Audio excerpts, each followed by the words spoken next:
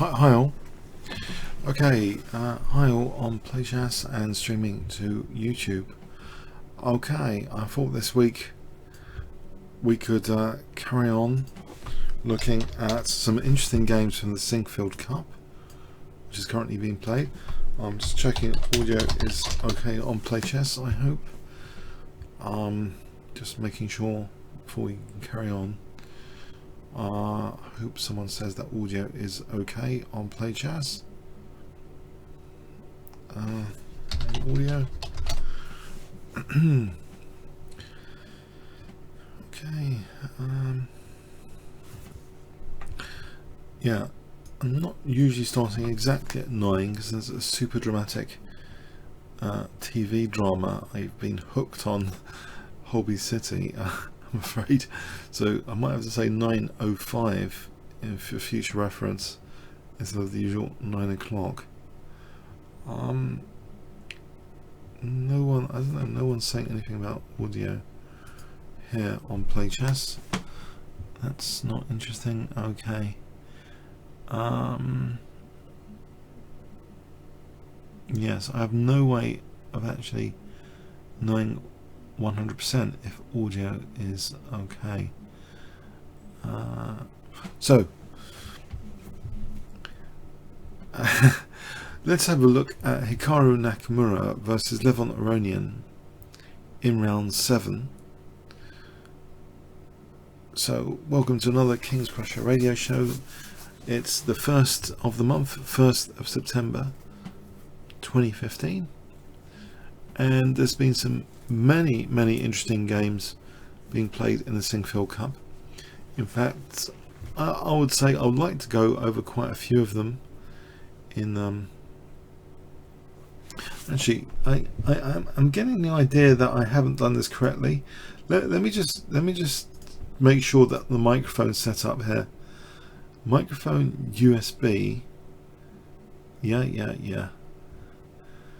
That seems convincing. I'll start again. All right.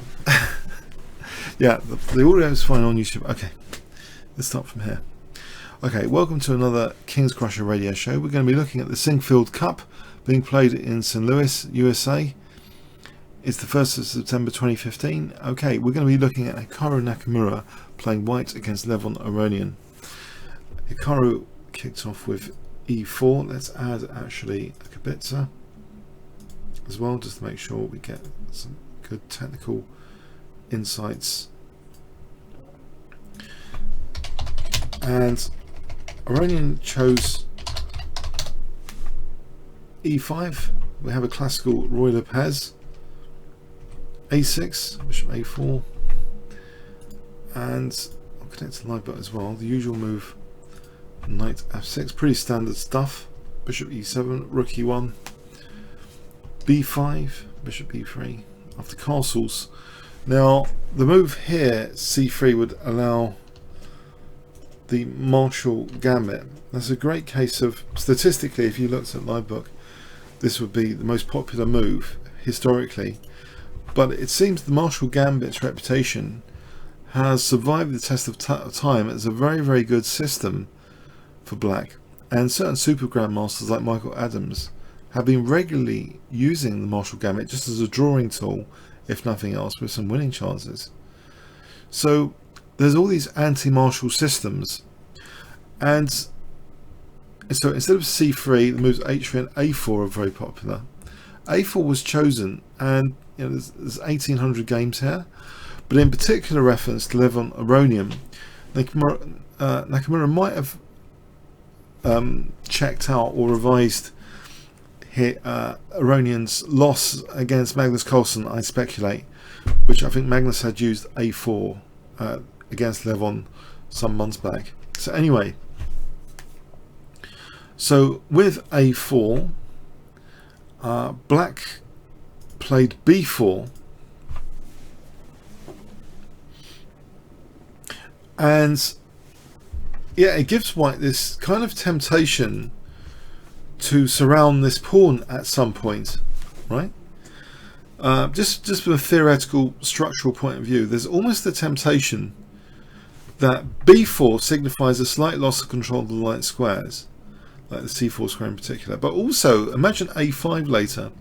The thing is, with an a5, playing a5, you might actually end up with a weak a5 pawn.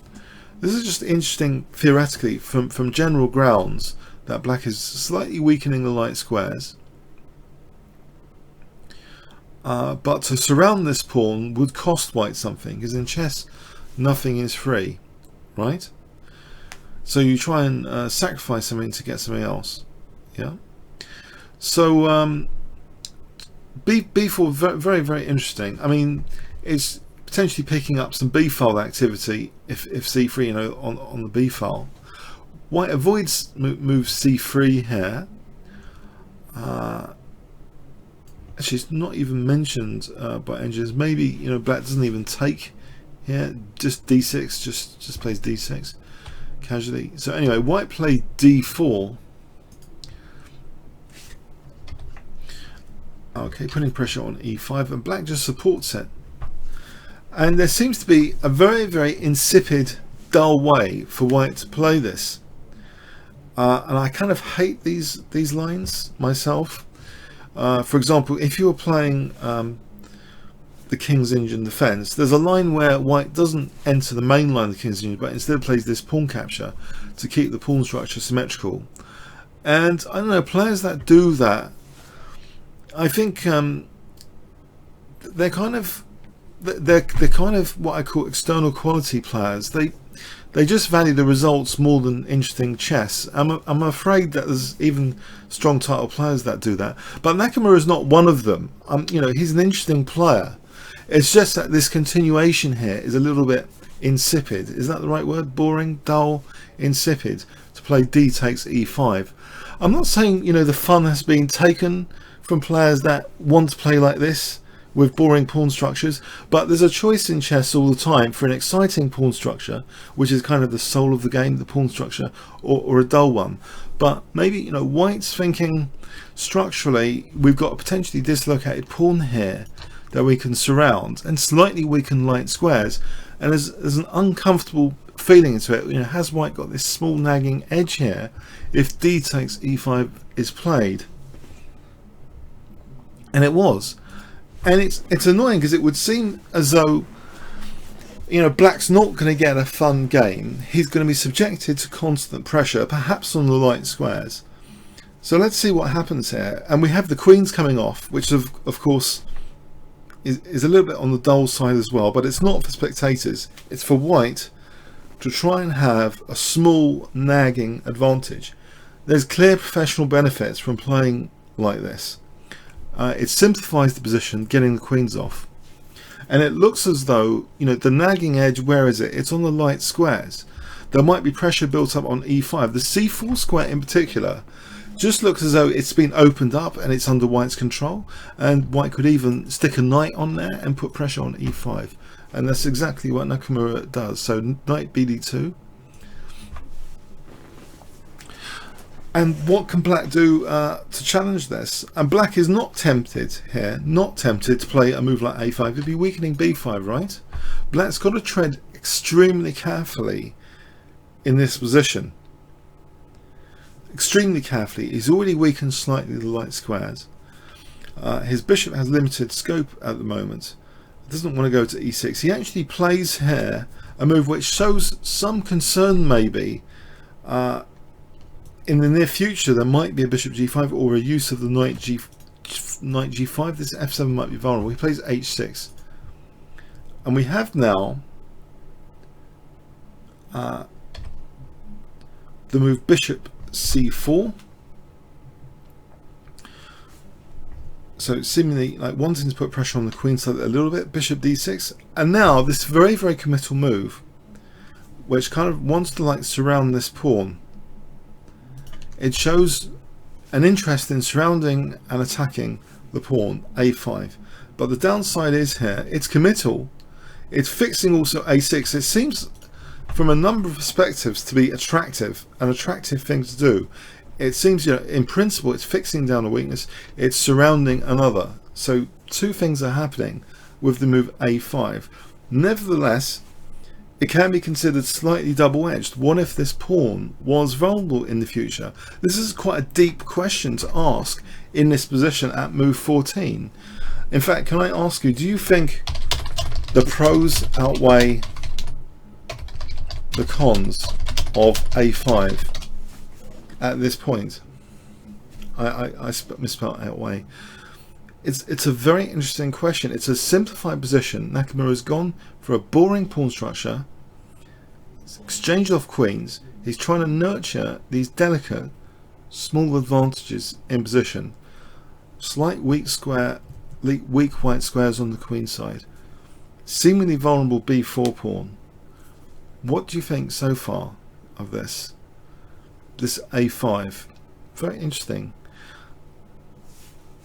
The thing is, there's something about white's position as well. You could say yes, logically, white has a light square, advantage on the queen side. But look at white's dark squares.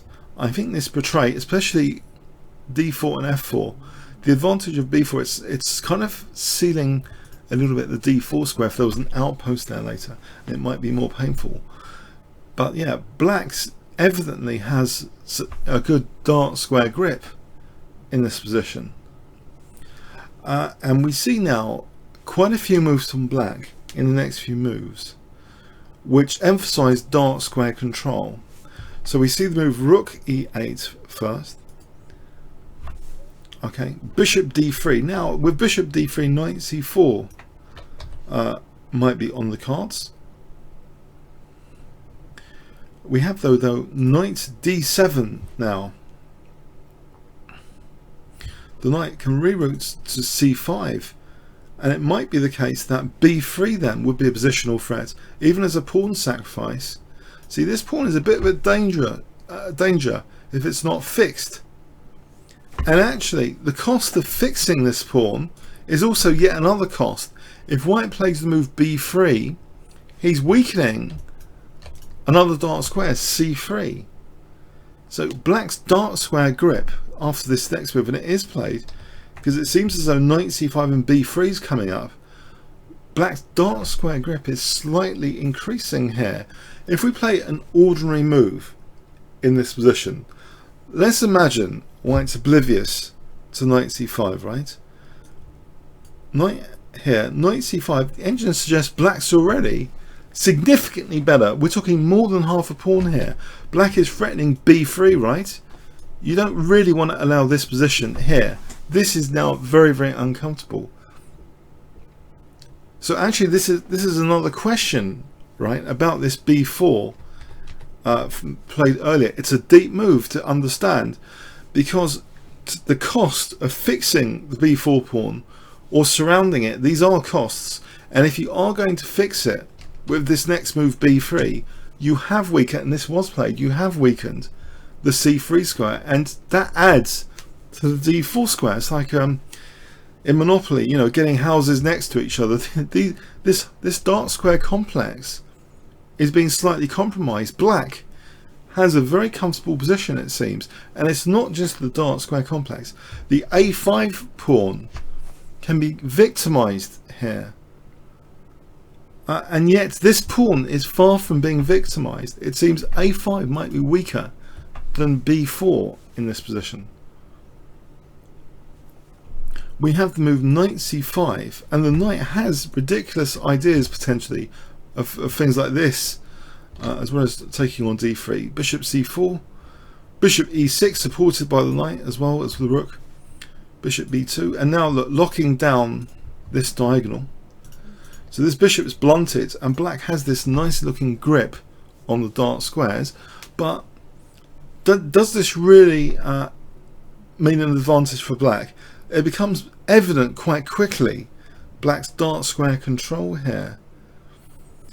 Bishop takes e6, rook takes e6, and this pawn's slightly vulnerable, right? Knight c4,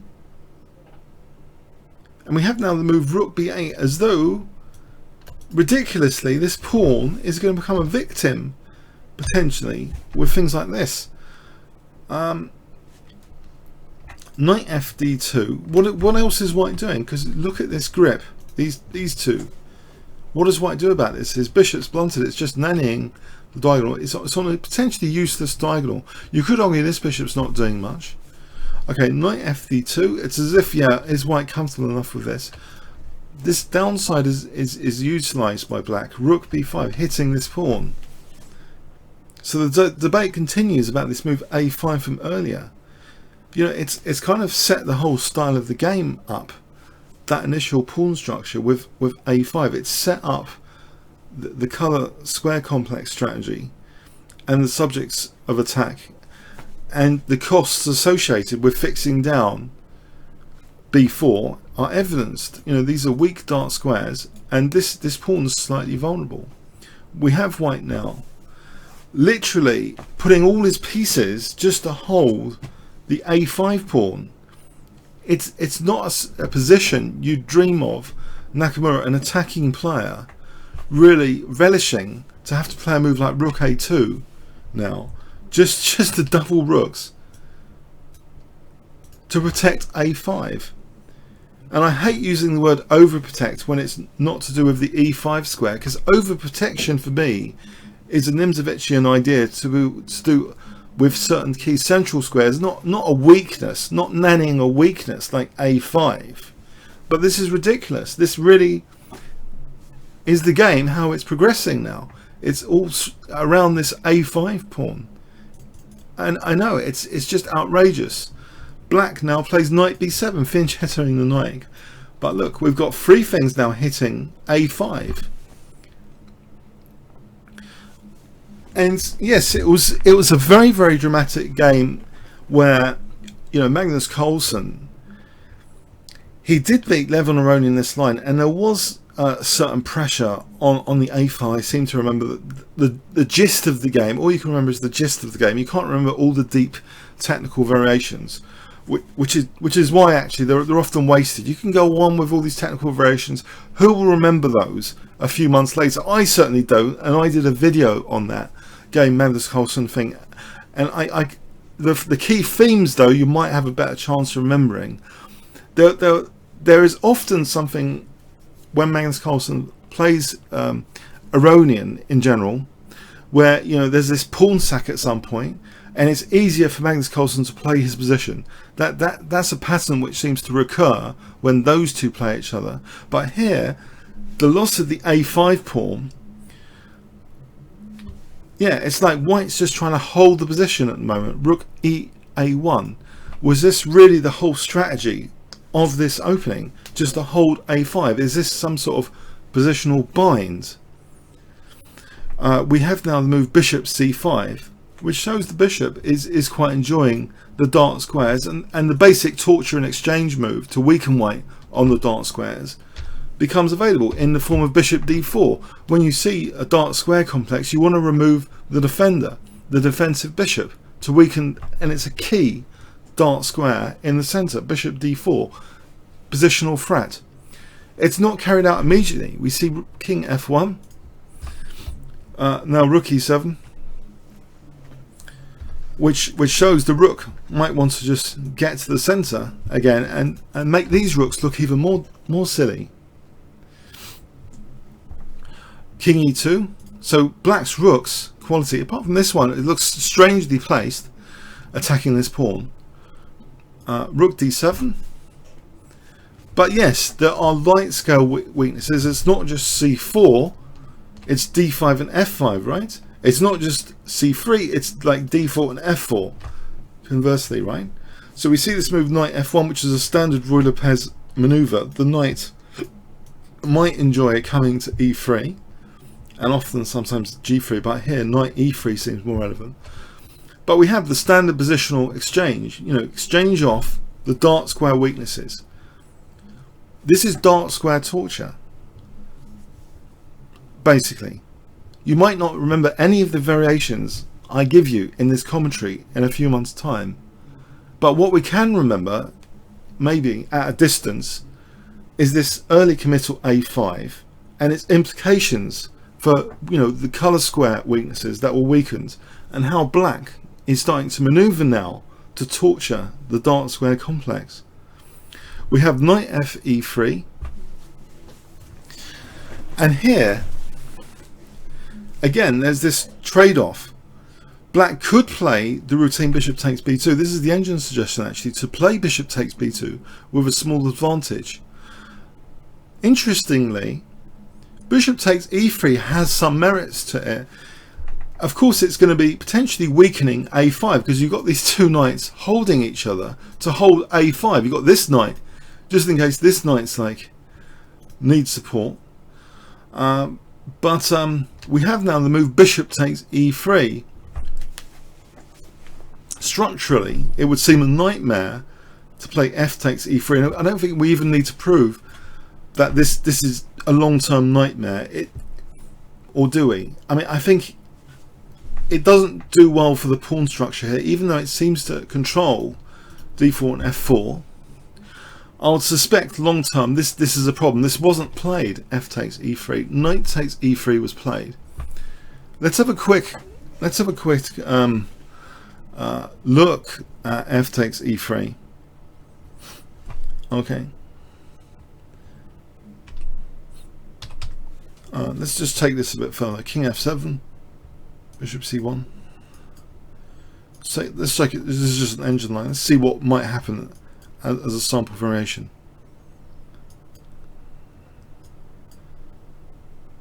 Does this bode well? Basically, maybe it doesn't, because then you start to notice that actually e4 is a bit of a dislocated pawn, and maybe black just plays for f5 and this, and you end up basically with an isolated pawn if this pawn's traded off. I think there starts to be sufficient evidence that the doubling of the pawns might not be like the best solution to the position. You know, this pawn's going to be vulnerable. Check. Ouch. Right. It seems out of the question. Intuitively, you might think, well, it holds d4. It's a quick fix, but it creates other problems. Now, king takes e3. That might actually be a more viable alternative. Actually, it wasn't played. Knight takes e3 was played. So we have a situation here where it seems tempting for black to maybe snatch the pawn, but he'll put himself in a permanent bind and pin, I think, if he does this. And all white does is knight d5 and enjoy the position from there on in, because the knight's never going to move. The rooks are actually quite well placed for it now for an infiltration. They've changed role. It's not a defensive set of rooks, it's an attacking set of rooks. And white would love that.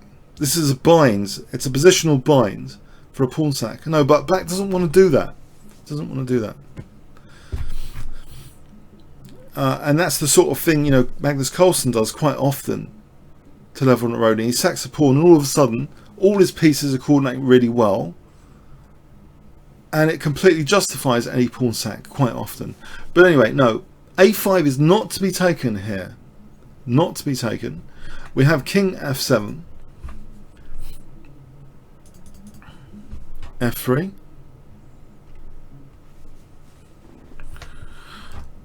okay, king e6 now. So both kings seem well placed in the centre, and perhaps white should try and hold steady here. What is black actually threatening? If it's not taking the pawn, might not be threatening a huge deal. There seems to be a committal move. Pawns never go backwards. So these moves, I think, are beyond like calculation. Basically, if you appreciate that pawns can never go backwards, when you play a pawn move, it's outside of the scope of any of your short-term calculations. It's outside of the horizon effect. The pawn move may backfire, if not in 5 moves, in 10 moves, in 15 moves, in 20 moves, in 25 moves down the line, it might backfire. Nakamura plays this move g4. It's not an engine move. Is it committal? It looks slightly committal.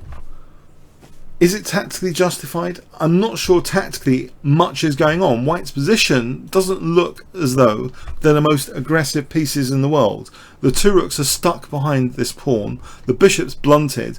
The knight is like the only aggressive looking piece, but d5 and f5 don't seem to be doing much for white here in any case. We see the move, and the thing is, fundamentally here, as well as the pawn not going backwards, it can't lend support for f3. It's like f3 has been left behind. Its fellow pawns have gone ahead, and if ever that came backward, that would be a pain to defend. Bear that in mind. Okay, so knight c5 was played here.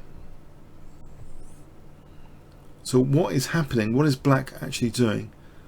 Knight c4, king e7, and all of a sudden you see an echo with king e7 that the knight might join the other knight to torture d4, even though black had rejected bishop takes b2 earlier.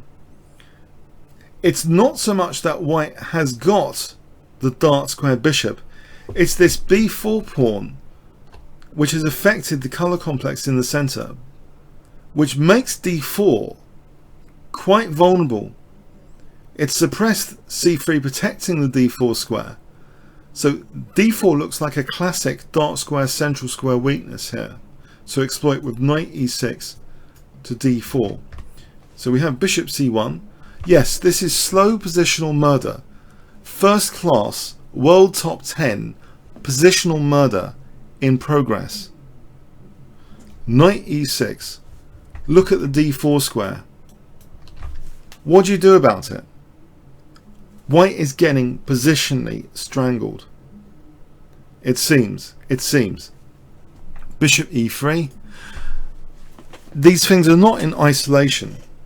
Of course, there's exhaustion levels of the players. Nakamura, the previous round, had a really intense tactical game, a brilliancy. I called it an immortal on the YouTube channel. He might have been slightly exhausted from the day before, and this is not pleasant.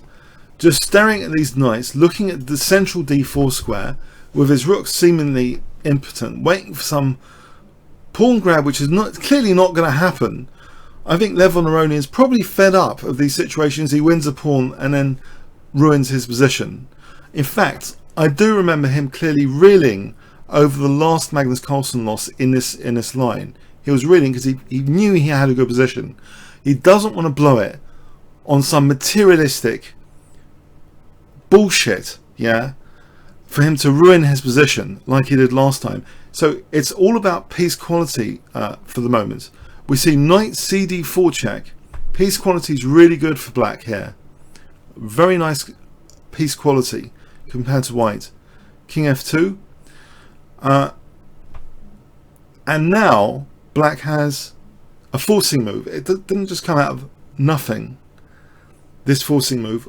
Black is positionally outplaying white, and this f3 is weak actually. Remember, the two adjacent pawns are not there to support it, right? We see this forcing move, knight g5. What does white actually do about knight g5?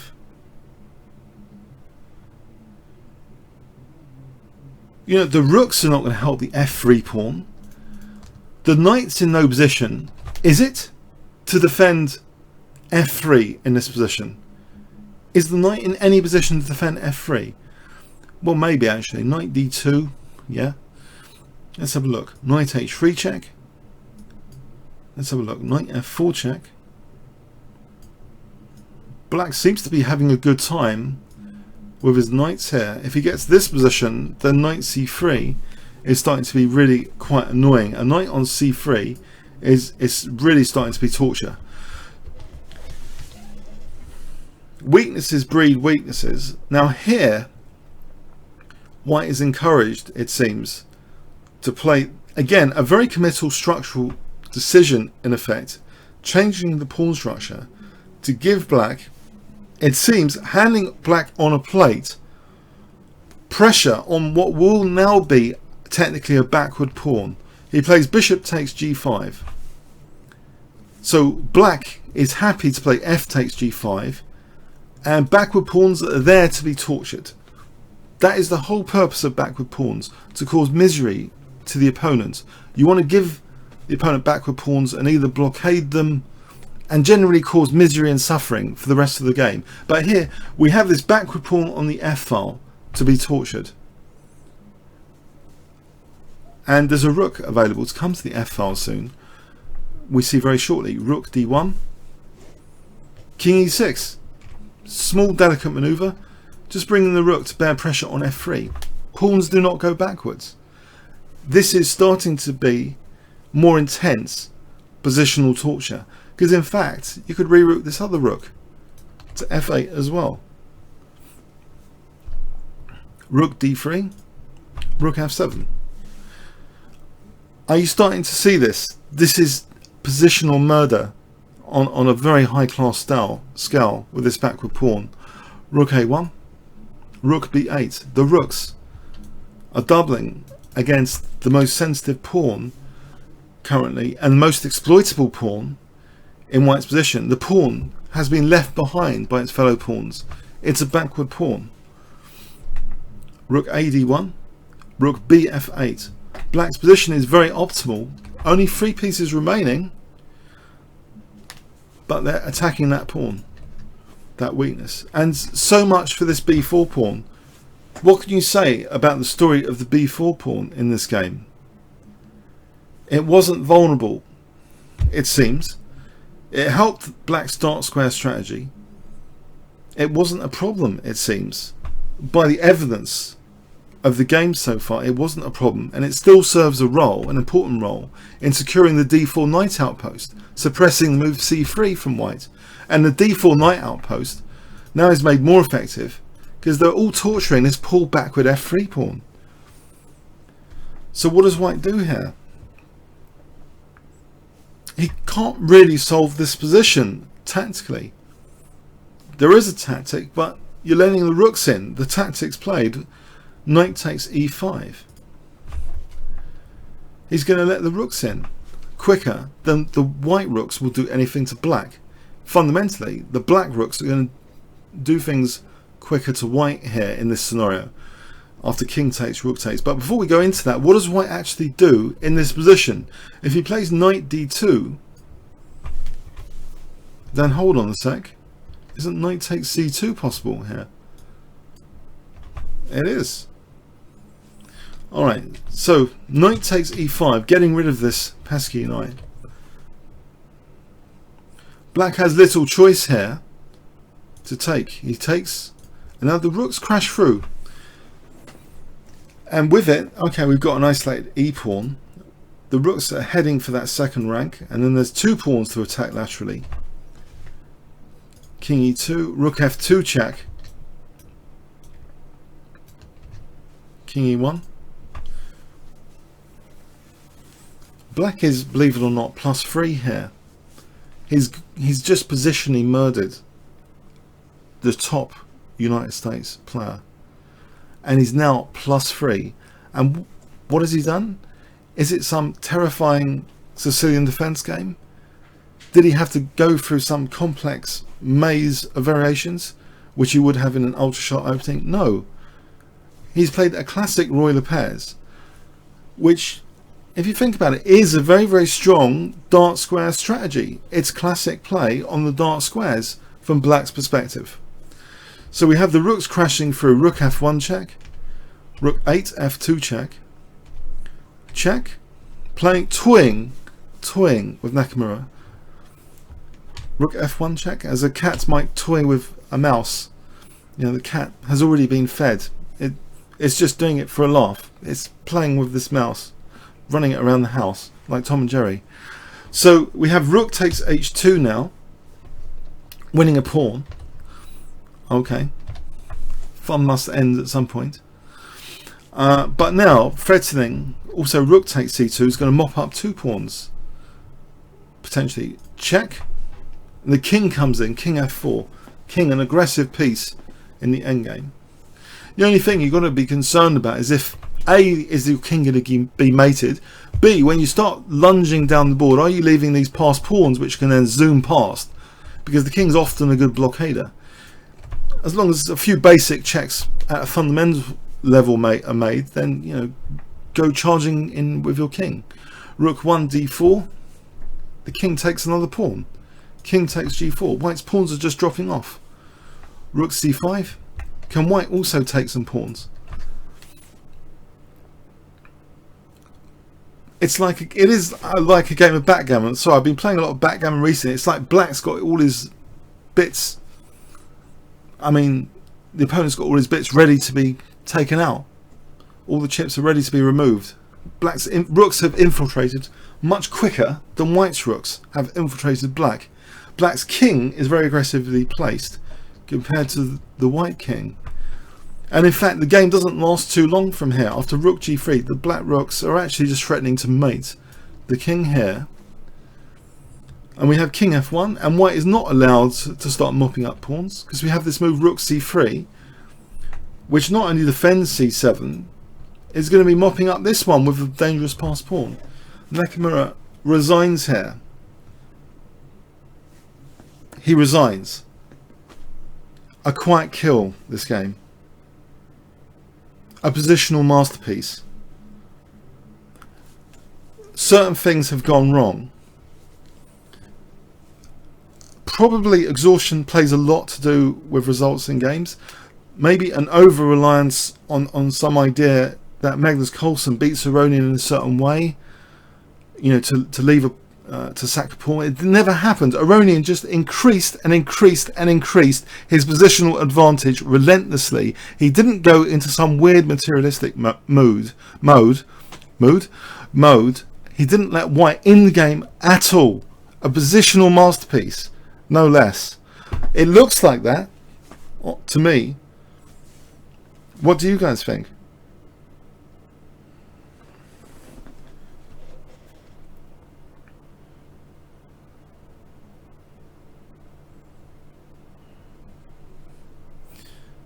Okay, should we go on to another game then?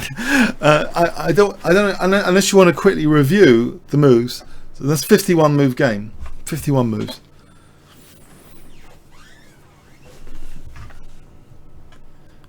Some committal decisions. The early b4 seems to have worked out very well for black in this particular example. Maybe on another day it wouldn't for some other reasons, but you know, black seems to play this very well. If we look at the final position, I mean, say takes. Yeah, how do we defend c2? Do we play this check? King f5. The king's actually stopping this pawn. What does white do now? This. We're going to drop c2. How many pawns are we down? 1, 2, 3, 4, 5. 2 pawns down. If we take here, we're back to being 3 pawns down. And these pawns are just going to start crashing down.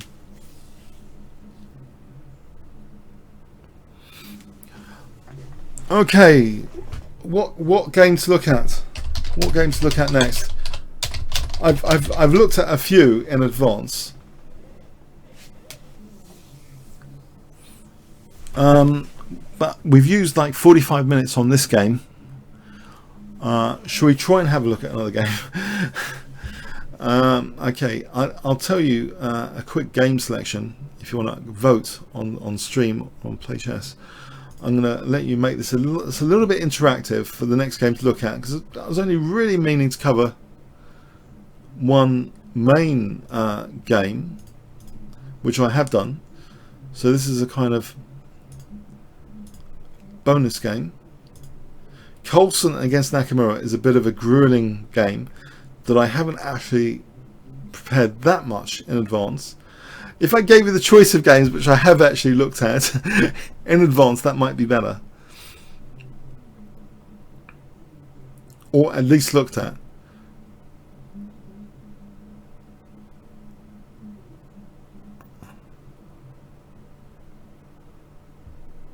So Aronian has had a great tournament.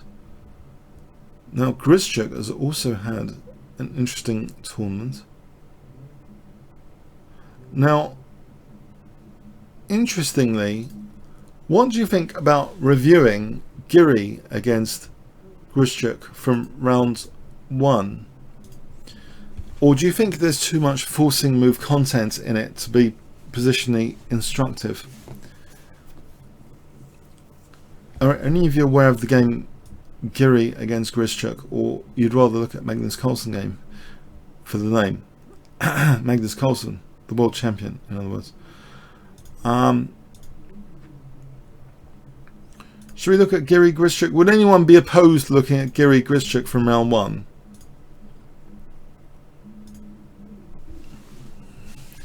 Okay, if there's no objections, I'll load that one up.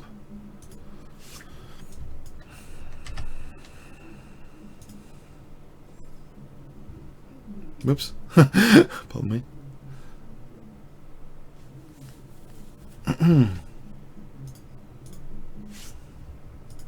Alright, let's return back to round 1.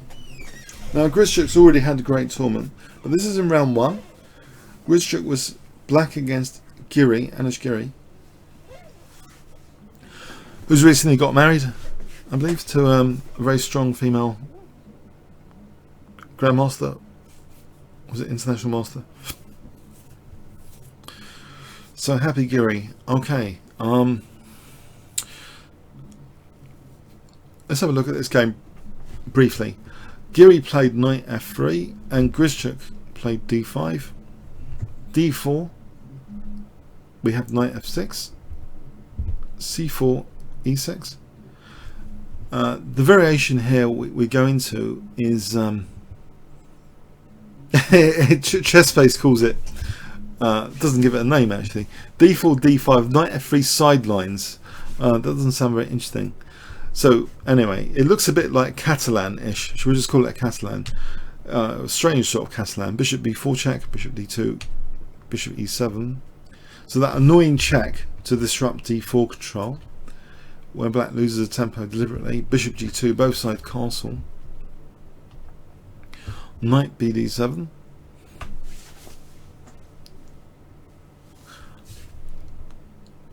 Queen c2.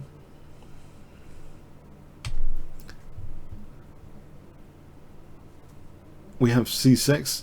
I think this might be quite theoretically intense here. Yes, if you check this up on Livebook, there's hundreds of games being played from this position. The most popular is bishop f4 here. Rook d1 is also popular. There's over hundreds of games. Hundreds of games here, hundreds of games here. Bishop a6 seems very logical. b3. We have rook c8. And here you might be scared with white to know what to do, because it looks as though black hasn't got any bad pieces. I remember having this in a club match, this sort of position. Black doesn't seem to have any bad pieces or bishops. Seems to be having a great time. Not only that, is looking forward to peeling open the position, exposing the queen on the c-file. White plays a very, very dynamic move, and it's the most popular move theoretically, and it's an important thing to know about, especially if you don't like sacrificing pawns. You've got to be able to sacrifice pawns in chess to survive these positions, basically. If you haven't got the will to sacrifice pawns, you're not going to survive these positions. If you try to play this routinely, I think knight bd2 just leaves black with an advantage after c5, because you're just getting exposed. What do you do here? You get what? You can have this poxy position. This is just pox. It's absolute pox. The bishop is also very uncomfortable here. It's just nightmare. No, you've got to play dynamically here after rook c8. So we have the move knight c3. It offers the c4 pawn. And I think it discourages c5 from black. If c5 is played here, then actually white has the opportunity actually for taking now and taking on d5 and having a good comfortable position. D takes. This is okay for white. Example. But anyway, knight c3 technically that is a pawn sack, yeah, and it's taken.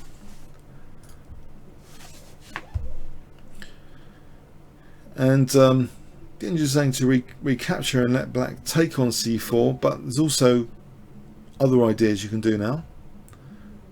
e4, just let the pawn go. Just let the whole pawn go here. Because now c5, there's a very strong d5. So this dynamic approach actually has in common, in many variations now, that c5 is not as effectual. as well with this pawn sack. We have knight h5, bishop drops back, knight hf6. Black wants to be annoying maybe with knight g4 next. h3 stops that. Okay. Now black doesn't really want to gobble up another pawn. A takes is good pressure, and in fact getting the pawn back nearly. This is just distortions for black. It's not pleasant actually. Bishop takes is now threatened. Black doesn't really want to cling on to material for dear life. So no, he actually, what he does do though is interesting now, and I think we are virtually out of live, but there's still 4 games here. b5 to hold on to that c pawn. It's taken. And now white quickly occupies the b file. And you might not think that occupying the b file, letting black occupy it, is a big deal. It can be a big deal if there's forcing moves along that b file. I've had an unfortunate, painful experience. My first game in the club season last season was an unfortunate experience where I allowed this rook to be out and it came to b4 with tempo, and it actually helped win a piece. Controlling files is quite important, basically. That was a painful lesson. Sometimes they give rise to quite painful forcing moves. So white is contesting that file immediately, and some forcing moves exist from white's perspective, maybe coming up, and he might want to attack that pawn later in any case with bishop f1.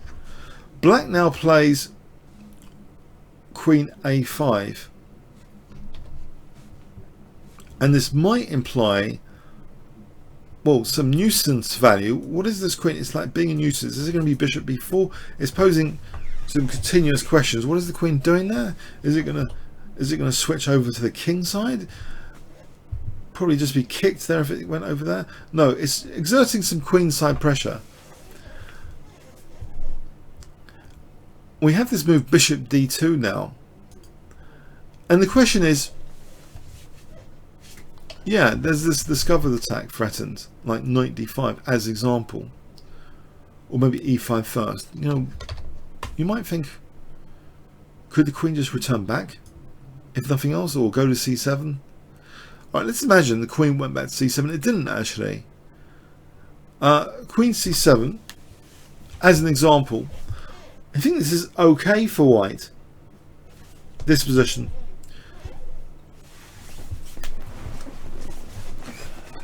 I think really what's happened here with this pawn sack, as I say, is black's c5 idea has been put on the back burner here, and if white can play a move like rook e1, maybe in the future, or in the near future, he can start putting pressure on the pawn, maybe with queen here and bishop here. If he regains that pawn, then in fact black's done some damage to his structure on the queen side. There's 2 isolated pawns. Alright, but we have what looks now to be quite a committal, you know, tactical move that black plays. Instead of retreating the queen to c7, or even all the way back to d8, would this kill black? Would this kill black to put the queen on d8? You know, maybe it's quite unpleasant after knight e5 because you put your queen on an x-ray. Maybe this might be slightly better for white, this position, because there's quite a lot of scrutiny on black's position, right? And you don't really want this central build-up. Maybe there's f5 later. But queen c7 would seem as though, you know, that was palatable to play queen c7. And the reason I'm emphasizing this is this, again, this is a committal early point of the game, which kind of sets up the whole style of the game. Could this queen have retreated or not? It actually lunges into white's position with queen a3. Is this the sort of move you play, queen a3? Is it a bit committal that the queen is a piece that is subject to harassment? It's just not so clear how the queen at the moment, this very moment, is harassed on that a3 square. But white's next move does portray a plan of harassment. Rook e1, like this, with rook e3. And it might be now more difficult for the black queen to extricate herself On queen d6, then we just win a piece, right? We can't really go back to a5 now, because we've got discovery, right? Knight d5. What we're going to do here, in fact, in this position, there's bishop a5. Ouch! So the queen, I don't know, it starts to get very nasty if the queen did try to go back. Bishop b4, winning the exchange. So the queen is kind of committed, it seems, on a3. We have this move knight b6, rook e3. So yes, threatening things like maybe even e5 is more effective now than knight d5. e5 first, as example. Well, black played rook b8 as example. Say king here, e5 here, knight d5 hitting the queen. You know, black's losing e7. I'll do a better move. Rook e8, seemingly protecting the bishop. e5, knight, say here, knight d5, hitting the queen. The queen's kind of not got too many squares, actually. It's not good. It's not good. It's going to be losing a pawn at least, even if the queen gets back. Alright, so we have this move rook b8, right? Rook b8. And here, it turns out that Giri's forcing move sequence, this is one of the reasons, I don't know, I was kind of hesitant about covering this game ever, because there's a long forcing move sequence, and it turns out that Giri's moves have a really low average centre pawn loss when checked out on certain sites for engine accuracy. It's because this forcing move sequence is pretty clinical to exploit the queen on a3. A lesson to be learned. I mean, I think we're all aware we don't like our queens harassed. Sorry, that sounds a bit funny, but you don't want your queens harassed, do we? Because, you know, those tempo gains can gain, sometimes they can gain positional advantages, sometimes they can gain material, etc. Right? But here we have a very, very precise looking forcing move sequence based around this queen on a3 here. Technical precision. And at a certain depth, I'm not even picking up Giri's move. I think it was precise. I think it will be picked up soon. Just not on the depth I've got. Might need even a stronger engine here. It's not picking up Giri's move. So white's play here. White's play. I don't want to put a stronger engine because it usually crashes the whole system. I can't carry on streaming. White's play. What's play? What would you play here if I give you 20 seconds?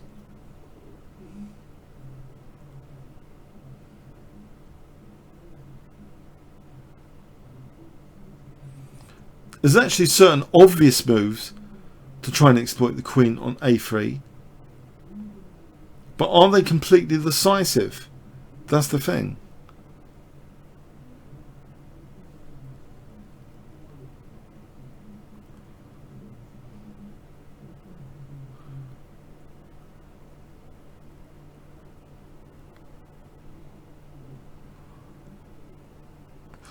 I mean, the move my Fritz here is indicating is knight d5, yeah, to hit the queen. Black's best here is not like queen d6, because then knight b4 threatens both e5 and knight takes a6. So that's kind of strong looking knight d5, right? So fantastic. Oh, great. I was getting into that. Giri's move is rook takes b6. Are we still on stream? Oh.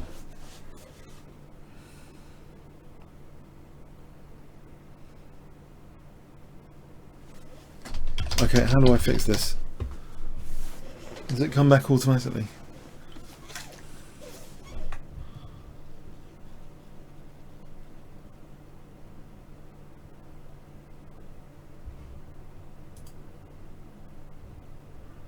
If I reload this, great.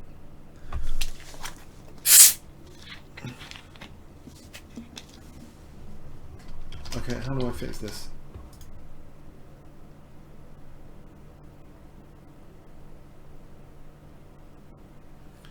checking.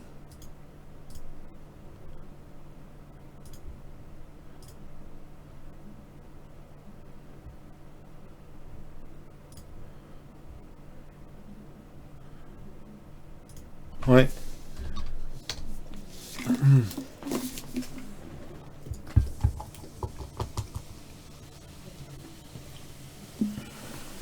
Are we back?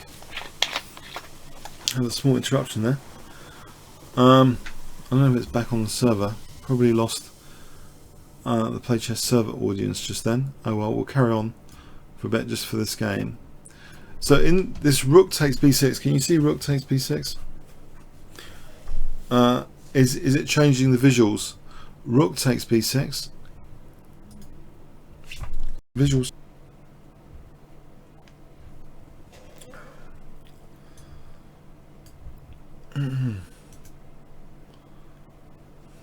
Hello?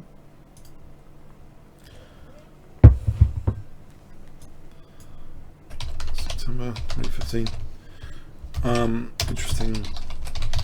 So it was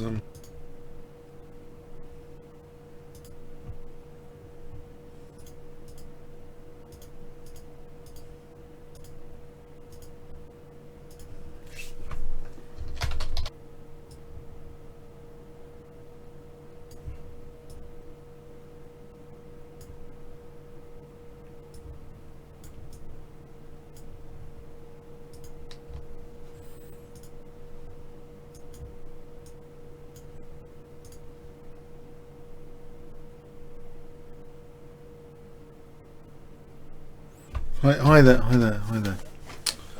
Is rook takes b6 on the board, so we can carry on.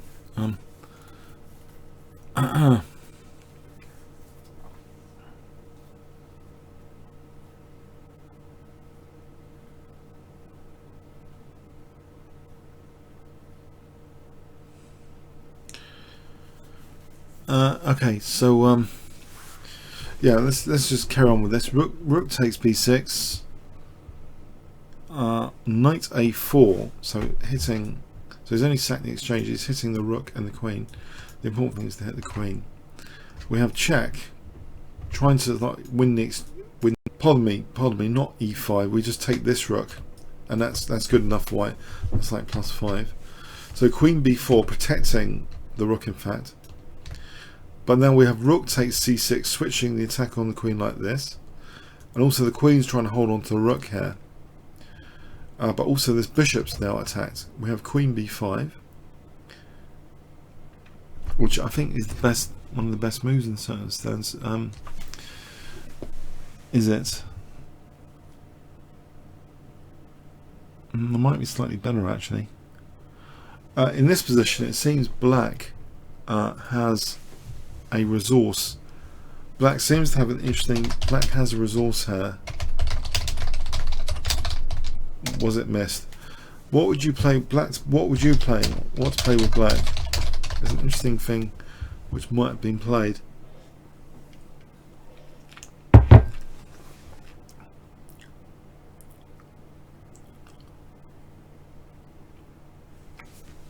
Hi. If you're playing black in this position, actually, I don't know how precise this game is, but there seems to be bishop d3 available. So if queen takes, we take here, hitting this rook. But again, this is an advantage for white, but it's not as massive as you'd think. So I don't know. Bishop d3 seems like a move here. But we had queen b5,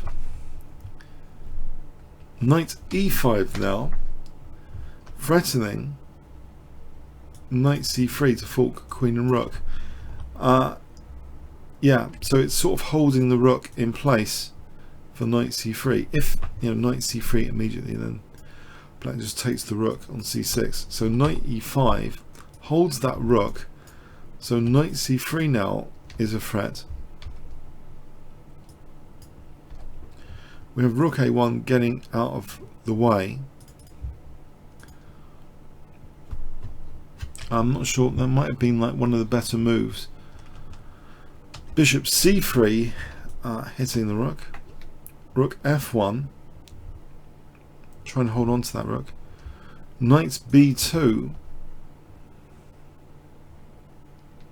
trying to interfere with this rook, trying to win this rook now. The whole thing about winning the rook is emerging. Queen b7.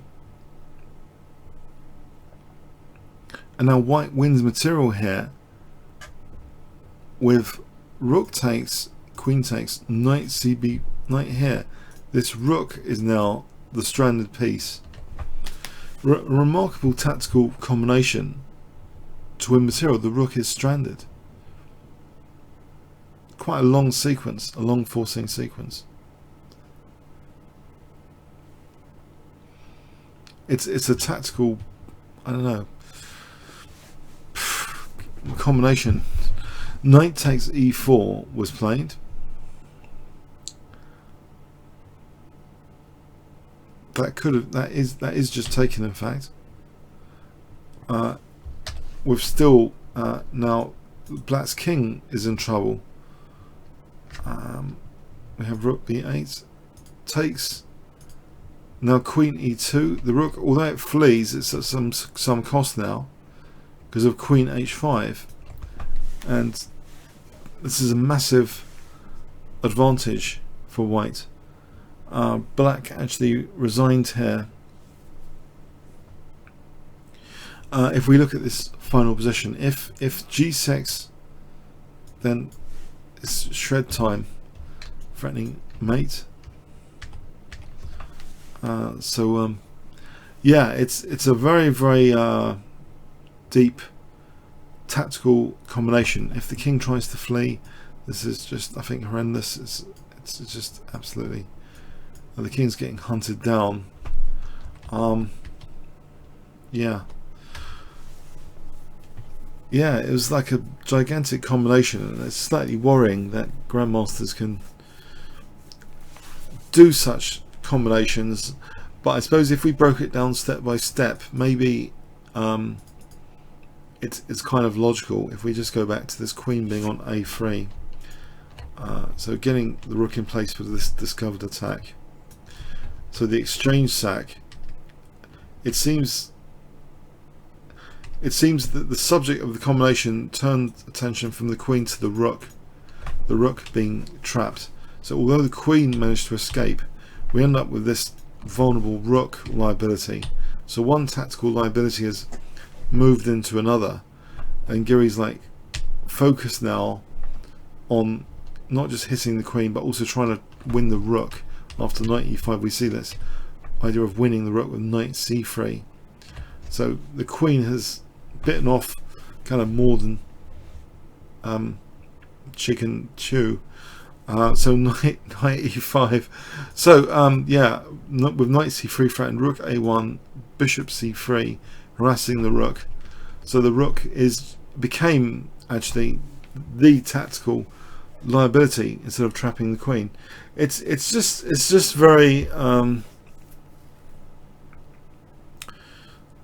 I suppose an amazing bit of calculation here. You know, one trick of calculation is that forcing moves cut down the number of branches of the tree. You know, it's not as immense as you imagine. If you know, with forcing moves, the probability of you calculating correctly is increased because they're relatively forcing moves. And you see here, but you know, this like quiet looking move knight b2 here, you know, with the threat knight d3, it's just disconnecting black's pieces, trying to win the rook. Yeah, you know, it is kind of I don't know what to say about it. It's like, you know, Giri's good at trapping rooks. What do we say about this? Giri's good at attacking queens and trapping rooks after instead. It's a nice ploy. First you think your queen's going to be trapped, and then actually it turns out that your rook's going to be trapped. So yeah, queen b7, and then the defender's killed off of the rook, and then that defender's interrupted immediately with this knight bc4, and then the rook's got no squares whatsoever. It's inside white's position in a rather unfortunate manner, that every single square, including E1, is covered, and there's nothing to kind of counter-attack here, because if you look at all of White's pieces, they're kind of protecting each other. This pin is not so amazingly useful. The rook's just going to be munched, and so what about this? There's no real pin or anything really. The rook's just dropping off here, leaving White with, you know, material advantage. So I mean, this thing to sort of,